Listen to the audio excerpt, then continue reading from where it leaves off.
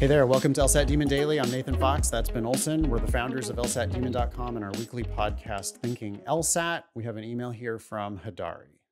Hey, Ben and Nathan. I'm fully invested in the LSAT right now. Things worked out to where my temporary job ended, and I have enough savings to last a few months. I really like the idea of not working until I score somewhere in the mid 170s, currently just barely in the 160s, with my last practice test score being -7 in reading comprehension, -7 in games, and -6 in logical reasoning. Okay, so pretty evenly distributed. I know you guys advocate for 1 good hour per day, but I'm the type of person who loves school, loves the LSAT, and has enjoyed making LSAT studying my full-time job. Okay. After working part-time and doing the LSAT part-time, I would rather focus solely on studying, but I'm wondering if my application would look weak without work experience in the legal field. I have a 3. Your application looks weak with a 162. Your application with a 170 anything is going to look dramatically differently. You shouldn't be worrying about that part of it at all. Yeah. The only thing you should be thinking about, Hodari, is this plan going to get you to the LSAT that you need?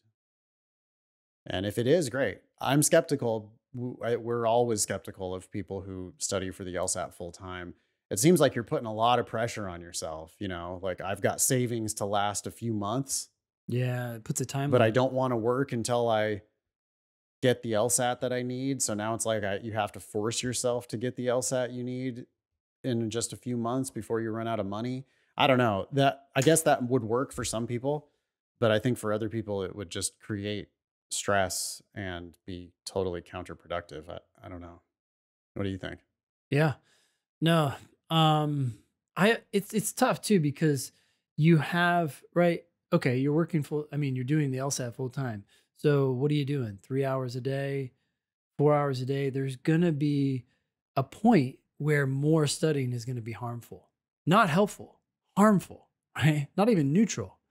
So I don't know where that is. That's different for everybody. It might happen later for somebody like Hodari. I mean, if you really are that good of a student, you really love school, love the LSAT, you know, maybe it's hour 6 or 7 or 8 or something like that.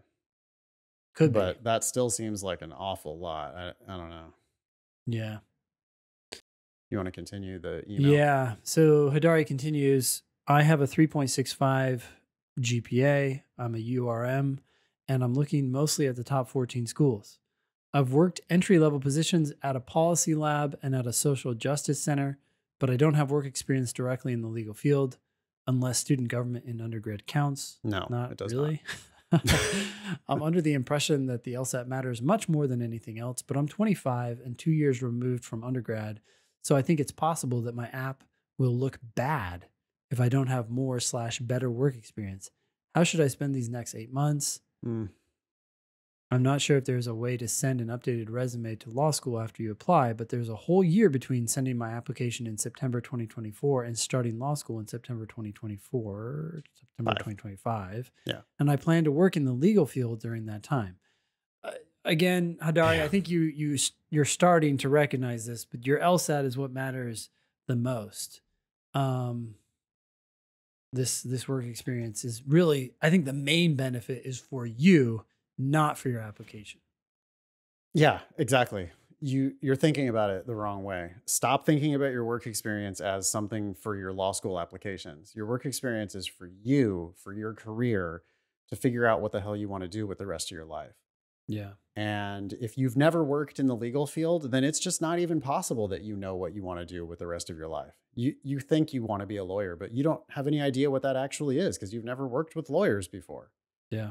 So you need to get working with lawyers. I would say that that's number one priority above even the LSAT, because you might get in there working with lawyers like so many of our students do and realize that this isn't what they want to do. Yeah. And we're not a pipeline program. So we think that that's a win. If you get into this field and decide it's not what you want to do, well, guess what?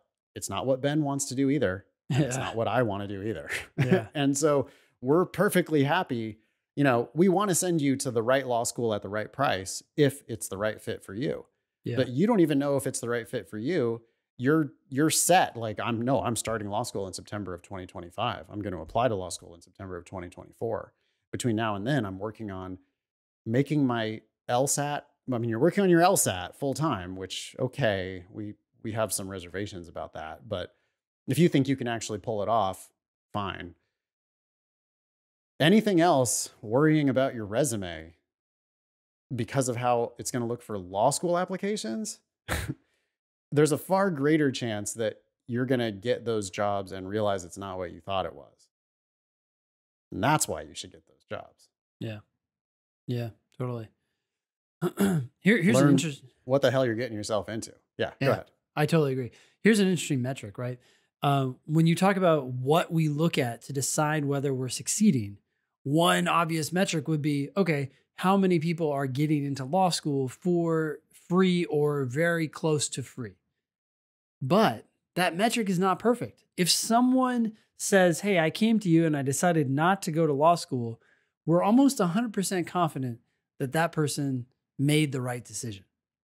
But even people who get into law school for free or nearly free, that's not 100% guaranteed that that was the best decision for them. It's way better than going for some god-awful amount of money, but it still may not have been the best decision. There could have been a better one. Oh, a lot of better ones. You could have been working during those 3 years. You could have been building a career. Many, many, many people go to law school and never practice law. Many. Yeah. I mean, I want to say, now I'm pulling stats out of my ass, but this is like 15 years worth of experience working in the field. I think roughly, you can tell me whether you think I'm high or low, Ben. Yeah. I think roughly 50% of our students ever even go to law school.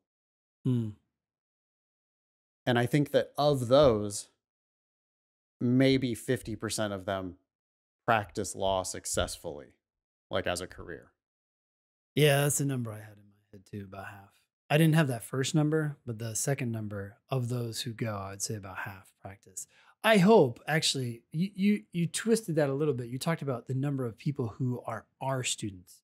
I hope the number of people who are our students who end up going to law school, I hope a higher percentage. I guess I consider everybody who ever talks to us our student. So I'm not just like specifically talking about LSAT Demon students. Yeah. Although there are a lot of people who, they unsubscribe from the Demon saying, I've decided that law isn't right for me. And I feel like giving them a high five every time when they say absolutely. No longer pursuing law school. I'm like, good, perfect. You know, that's great. I'm glad there's a whole world out there. Law is just one tiny little narrow sliver of it.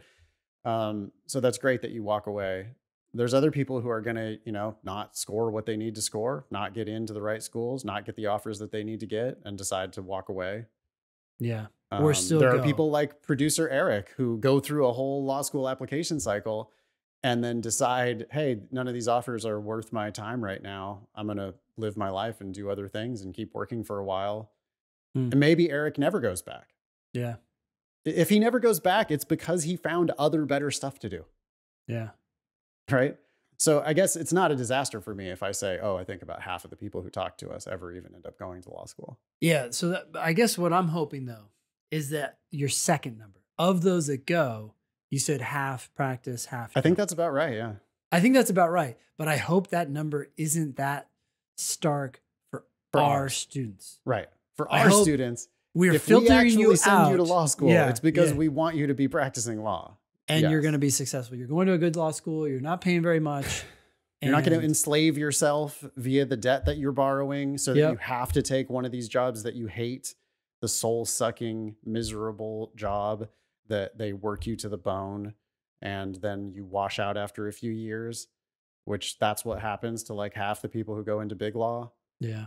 We don't want to create losers in the game. We want to create winners in the game. Yeah. Or another way to win the game is to just say, yeah, no thanks. Yeah, I'm not gonna play that game because like I win every time I walk through a casino, right? Yeah. Because I walk through a casino and I don't play. Yeah. It's like, yeah, no, that's a bad game for me. That's also a bad game. Oh, that's also a bad game.